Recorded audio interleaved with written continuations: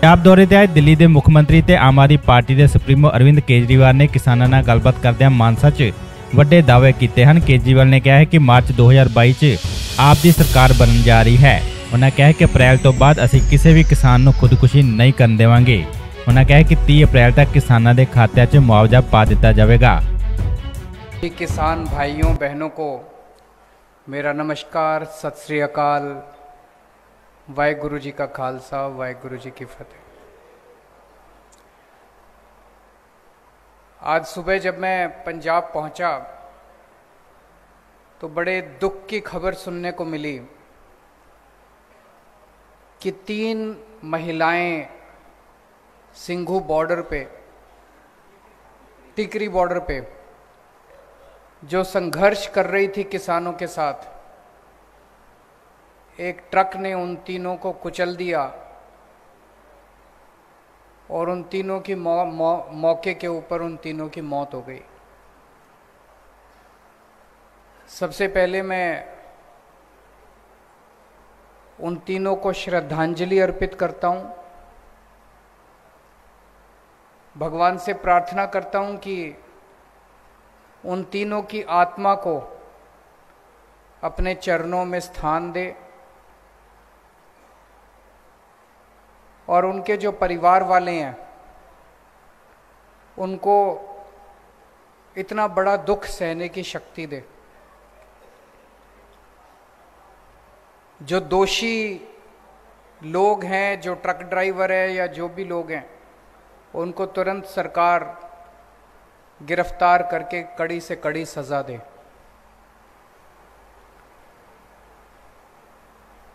पूरे देश में कहीं से भी अगर खबर आती है कि किसान ने खुदकुशी कर ली तो बहुत तकलीफ होती है, सबको तकलीफ होती है, आम लोगों को तकलीफ होती है, जनता को तकलीफ होती है। कोई सुनता है, आप लोग भी जब सुनते हो, चाहे पंजाब हो, चाहे हरियाणा हो, चाहे महाराष्ट्र हो, चाहे मध्य प्रदेश हो, कहीं अगर कोई किसान, गरीब किसान आत्महत्या करता है तो बड़ी तकलीफ होती है।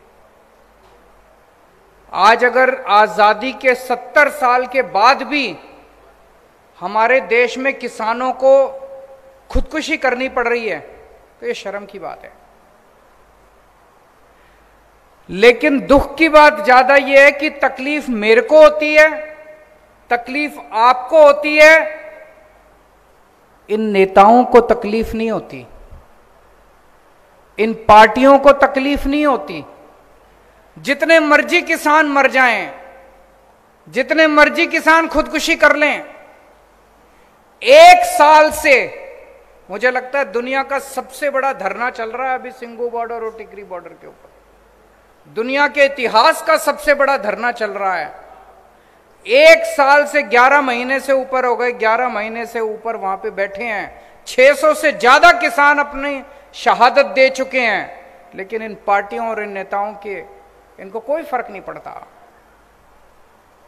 आज इस मंच से मैं एक बड़ा बयान देके जा रहा हूं। हो सकता है आपको यह लगे केजरीवाल बड़ी बात कर रहा है, ऐसे नहीं हो सकता, लेकिन केजरीवाल जो कहता है वो करता है। मैं बड़ा सोच समझ के बोलता हूं।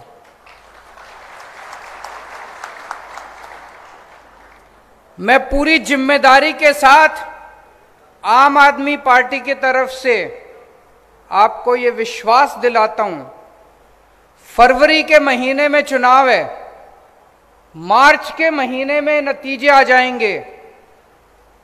1 अप्रैल के बाद से पंजाब के अंदर किसी किसान को खुदकुशी नहीं करने देंगे हम लोग। हमारी जिम्मेदारी है, उसके लिए जो करना पड़ेगा हम करेंगे। लेकिन बहुत हो गया, अब 70 साल हो गए। 70 साल के अंदर अगर हम ये, इसका मतलब इनकी नीयत खराब थी। ऐसा नहीं कि ये हो नहीं सकता, इनकी नीयत खराब थी। पहले कहते थे स्कूल ठीक नहीं हो सकते, सरकारी स्कूल, दिल्ली में करके दिखा दिया। पहले कहते थे सरकारी अस्पताल ठीक नहीं हो सकते थे, दिल्ली में करके दिखा दिया। मैंने दिल्ली में जब पहला चुनाव लड़ा, मैंने कहा मैं बिजली फ्री कर दूंगा, मेरा मजाक उड़ाते थे ये सारे पार्टी वाले। दिल्ली में करके दिखाई कि नहीं दिखाई? आज मैं आपको वादा करके जा रहा हूं, 1 अप्रैल के बाद से पंजाब के अंदर कोई किसान खुदकुशी नहीं करेगा। किसी किसान को हम खुदकुशी नहीं करने देंगे। अभी थोड़े दिन मैंने पढ़ा, मैं पंजाब की खेती के बारे में हम सब लोग मिलके पूरी प्लानिंग कर रहे हैं, बहुत बड़ी प्लानिंग है। मैं 1 महीने बाद फिर आऊंगा, वो सारी प्लानिंग आपके सामने रखूंगा और आपको यकीन दिलाऊंगा कि जो मैं कह रहा हूं वो ठीक कह रहा हूं। लेकिन आज मैं अचानक इसलिए आया हूं क्योंकि मैंने अखबारों में पढ़ा कि पंजाब के अंदर भी जैसे दिल्ली में बेमौसम बारिश की वजह से फसलें बर्बाद हो गई, पंजाब के अंदर भी बेमौसम बारिश की वजह से फसलें बर्बाद हो गई। पंजाब के अंदर भी गुलाबी सुंडी की वजह से फसलें बर्बाद हो गई और उसके ऊपर कोई कार्रवाई नहीं कर रही सरकार, ऐसा मैंने अखबारों में पढ़ा। इसलिए मैं उस मुद्दे के लिए आज यहां पे आया हूं। फिर अखबार में मैंने पढ़ा, चन्नी साहब नए नए मुख्यमंत्री बने हैं।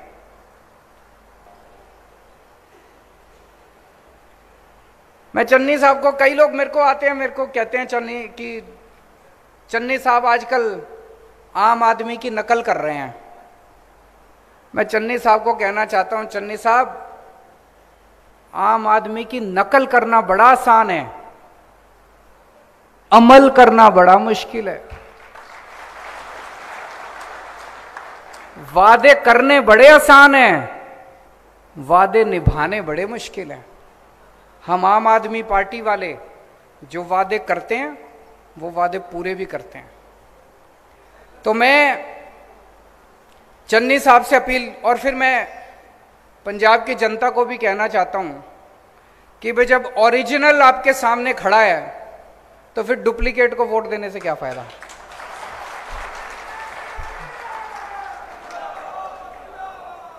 जब ओरिजिनल आपके सामने खड़े हैं तो फिर नकलची को वोट देने से क्या फायदा, डुप्लीकेट को वोट देने से क्या फायदा। ओरिजिनल को ही लो ना, ओरिजिनल माल लो मार्केट से, वोट दोगे तो ओरिजिनल माल मिल जाएगा। तो मैं आज चन्नी साहब से अपील करना चाहता हूं कि पहली बात,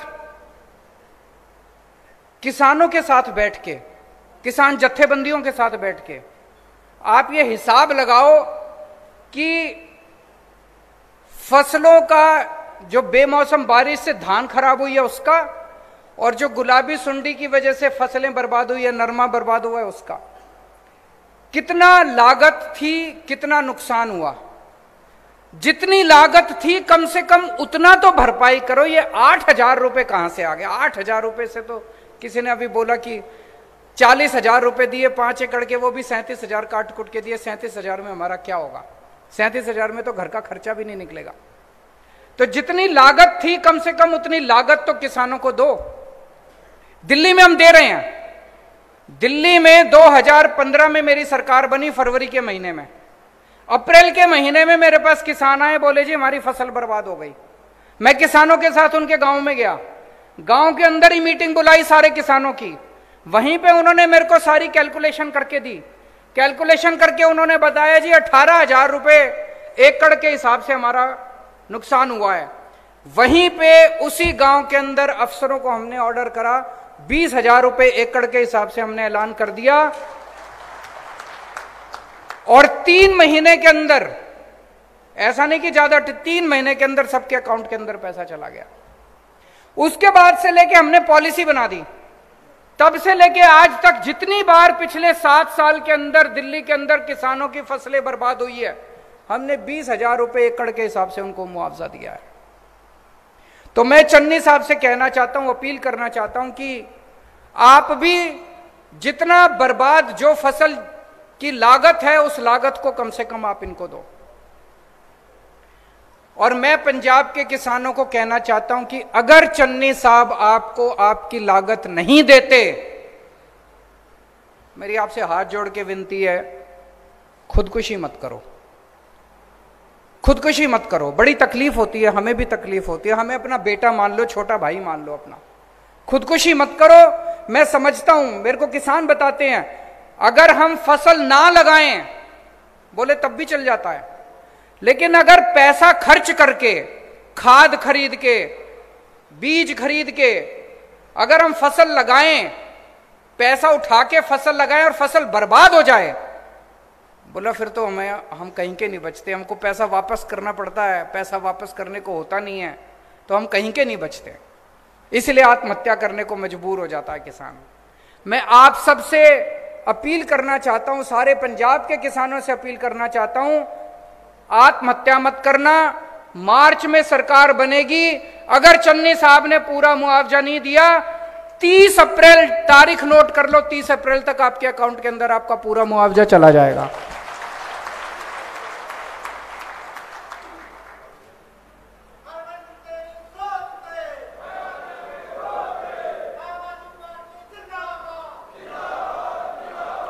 दूसरा, जितने मजदूर हैं, जिन मजदूरों ने खेत में काम किया, फसल बर्बाद हो गई, जमींदार बेचारा मजदूरों को भी पैसे नहीं दे पाता। मैं उन मजदूरों को भी कहना चाहता हूं कि आप भी चिंता मत करो, आपको भी उचित मुआवजा। कितना मुआवजा देंगे? लागत, जितनी लागत आती है और जितना आपके साथ बैठेंगे, किसान जत्थेबंदियों के साथ बैठेंगे। जैसे दिल्ली के अंदर मैं किसानों के साथ बैठा, किसानों ने 18,000 रुपए मांगे, हमने 20,000 रुपए दे दिए। यहां पे कितनी लागत आती है, आपके साथ बैठेंगे, मार्च के महीने में बैठेंगे, जितनी लागत आपकी है इन दोनों बेमौसम बारिश की वजह से और गुलाबी सुंडी की वजह से जितनी भी आपकी बर्बाद हुई है, उसका मुआवजा हम आपको 30 अप्रैल तक दे देंगे। तो आज दो चीजें ऐलान कर रहा हूं। एक तो ये 1 अप्रैल के बाद से पंजाब के अंदर किसी किसान को आत्महत्या नहीं करने देंगे, और दूसरा, जितना आपकी लागत आती है, अगर कभी भी भविष्य के अंदर फसल बर्बाद होती है, आम आदमी पार्टी की सरकार बनने के बाद अगर कभी भी फसल बर्बाद होती है, जो लागत है उस लागत के हिसाब से आपको उचित मुआवजा दिया जाएगा। और तीसरी चीज, अभी अगर चन्नी साहब आप लोगों को उचित मुआवजा नहीं देते, कृपया हाथ जोड़ के अपील है, आप कोई गलत कदम मत उठा लेना। 30 अप्रैल तक आपके अकाउंट के अंदर हम मुआवजा आपके अकाउंट के अंदर डलवा देंगे। अभी आप सब लोगों के मैं सुझाव सुन रहा था, बहुत अच्छे आप लोगों के सुझाव थे, मैंने नोट कर लिए। एक आया कि नकली दूध बिक रहा है बहुत ज्यादा, अगर नकली दूध बंद कर दिया जाए तो बहुत सारे किसान हैं जो डेयरी के जरिए उनकी इनकम भी बढ़ेगी और लोगों को असली दूध पीने को मिलेगा। इसको जरूर लागू करेंगे। एक सुझाव आया, पशुओं का बीमा कराना चाहिए, बहुत अच्छा सुझाव है। एक किसी ने, शायद हमारा दिल्ली का वो जो हमने घोल बनाया है, पराली, अभी एक किसान पराली जलाने के लिए मजबूर होता है, मजबूरी में जलानी पड़ती है। एक किसान भाई ने बताया कि जी सबसे ज्यादा जब वो किसान अपने खेत की पराली जलाता है, सबसे ज्यादा धुआं तो उस किसान के परिवार को झेलना पड़ता है, वो किसान बीमार होता है उस धुएं की वजह से। दिल्ली के अंदर हमने क्या किया, हमने घोल बनाया है, उस घोल को अगर आप अपने खेत में छिड़क दो तो आपकी पूरी वो जो पराली है वो गल जाती है और गल के खाद बन जाती है वो 10 से 15 दिन के अंदर, और उसके अंदर वो उसके बाद वो खाद जो है वो आपके खेत को और ज्यादा उपजाऊ करती है, आपकी अगली फसल जो है वो और बढ़ती है। ये घोल, पूरा घोल दिल्ली सरकार अपने पैसे पे बनवाती है और अपने पैसे पे पूरी दिल्ली के सारे किसानों के खेत में फ्री छिड़काव करती है। ये हम पंजाब में भी करेंगे, आपको पराली जलाने की जरूरत नहीं पड़ेगी, आपके खेतों के अंदर उस घोल का छिड़काव फ्री में करेंगे। लेकिन एक और बड़ी मजे की बात है, पंजाब के अंदर मैंने कई लोगों से बात करी, पराली से कोयला बनता है, पराली से बिजली बनती है, पराली से गत्ता बनता है। और ये पंजाब के अंदर मैंने 6-7 ऐसी फैक्ट्रियां देखी हैं। उन सारे फैक्ट्री वालों को मैंने दिल्ली बुला के उनसे बात की। आप सोच के देखो, अगर पूरे पंजाब के अंदर हम इतनी सारी फैक्ट्रियां लगा दें जो पराली को इस्तेमाल करके कोयला बनाने लगे, बिजली बनाने लगे, एक तो किसान को 1000 रुपए एकड़ के हिसाब से पराली के पैसे मिलने लगेंगे, जलाने की जरूरत नहीं पड़ेगी। और वो फैक्ट्री वाला खुद आपकी पराली काट के ले जाएगा, आपका कोई पैसा नहीं लगेगा, आपको 1000 रुपए एकड़ मिलेगा। और पूरे पंजाब के अंदर इतनी फैक्ट्रियां लग सकती हैं कि इतने बच्चों को रोजगार मिलेगा। अभी एक किसी ने बोला एग्रो प्रोसेसिंग इंडस्ट्री लगाने के लिए, बहुत अच्छा सुझाव है। तो ये जैसे पराली है, इसी तरह से न जाने कितनी एग्रो प्रोसेसिंग इंडस्ट्री लगा सकते हैं। और उसमें अपने को अंबानी अडानी को नहीं लाना, किसानों के ग्रुप मिलके, किसानों के बच्चों के ग्रुप मिलके। अब आपको कनाडा भेजने की जरूरत नहीं है अपने बच्चों को, यहीं पे आपके गांव के अंदर इंडस्ट्री लगाएंगे, आपके शहर के अंदर इंडस्ट्री लगाएंगे। इतनी इंडस्ट्री लग सकते हैं, इतना विकास हो सकता है। एक किसी ने बड़ा अच्छा सुझाव दिया डीएपी की फैक्ट्री लगाने का। बिल्कुल सही बोल रहे हैं कि हमारे किसान, गरीब किसान उन्हीं की फैक्ट्री में जाके काम करते हैं और वहीं का डीएपी जो है हमारे पंजाब के अंदर इस्तेमाल हो। हम क्यों नहीं लगा सकते डीएपी की फैक्ट्री? लगानी चाहिए।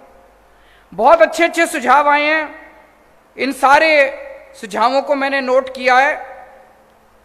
और अंत में वो अमनप्रीत ने जो बोला था, वो कहां है वो लड़का अमनप्रीत? बच्चे, मैं आपको भरोसा दिलाना चाहता हूं, हम मिलके करेंगे। जैसे दिल्ली के अंदर हमने स्कूल बदल दिए, सरकारी स्कूलों के इस साल नतीजे, सरकारी स्कूलों के बच्चों के 99.8% नतीजे आए, 99.8% नतीजे। सोच सकते हो, सरकारी स्कूलों के बच्चों के नतीजे 99.8% आए हैं। अगर हम दिल्ली के सरकारी स्कूल बदल सकते हैं, दिल्ली के सरकारी अस्पताल बदल सकते हैं, दिल्ली की बिजली, पानी, सड़कें बदल सकते हैं, तो पंजाब की खेती भी बदल सकते हैं, मिलके बदल सकते हैं। तो मैं आपको यकीन दिलाना चाहता हूं, पंजाब के अंदर जब मौका मिलेगा, खेती को इज्जत का धंधा बनाएंगे, खेती को मुनाफे का धंधा बनाएंगे। और जो अभी भगवंत भाई ने बोला कि सबसे ऊपर पहले नंबर पे खेती होगी, दूसरे नंबर पे व्यापार होगा और तीसरे नंबर पे नौकरी होगी, इसको वैसे ही करेंगे। इसकी मैं पूरी, जैसे मैंने कहा, बहुत बड़ी प्लानिंग कर रहे हैं हम लोग। 1-1.5 महीने के बाद मैं दोबारा आपके बीच में आऊंगा, सारी पूरी प्लानिंग करके। आज केवल इस चीज के लिए आया था क्योंकि दिल में बड़ी तकलीफ हो रही थी कि किसान आत्महत्या कर रहे हैं। आज आपको ये कहने के लिए आया था, आत्महत्या मत कीजिए, इंतजार कीजिए। 6 महीने के बाद आम आदमी पार्टी की सरकार आ रही है, मिलके पंजाब को बदलेंगे।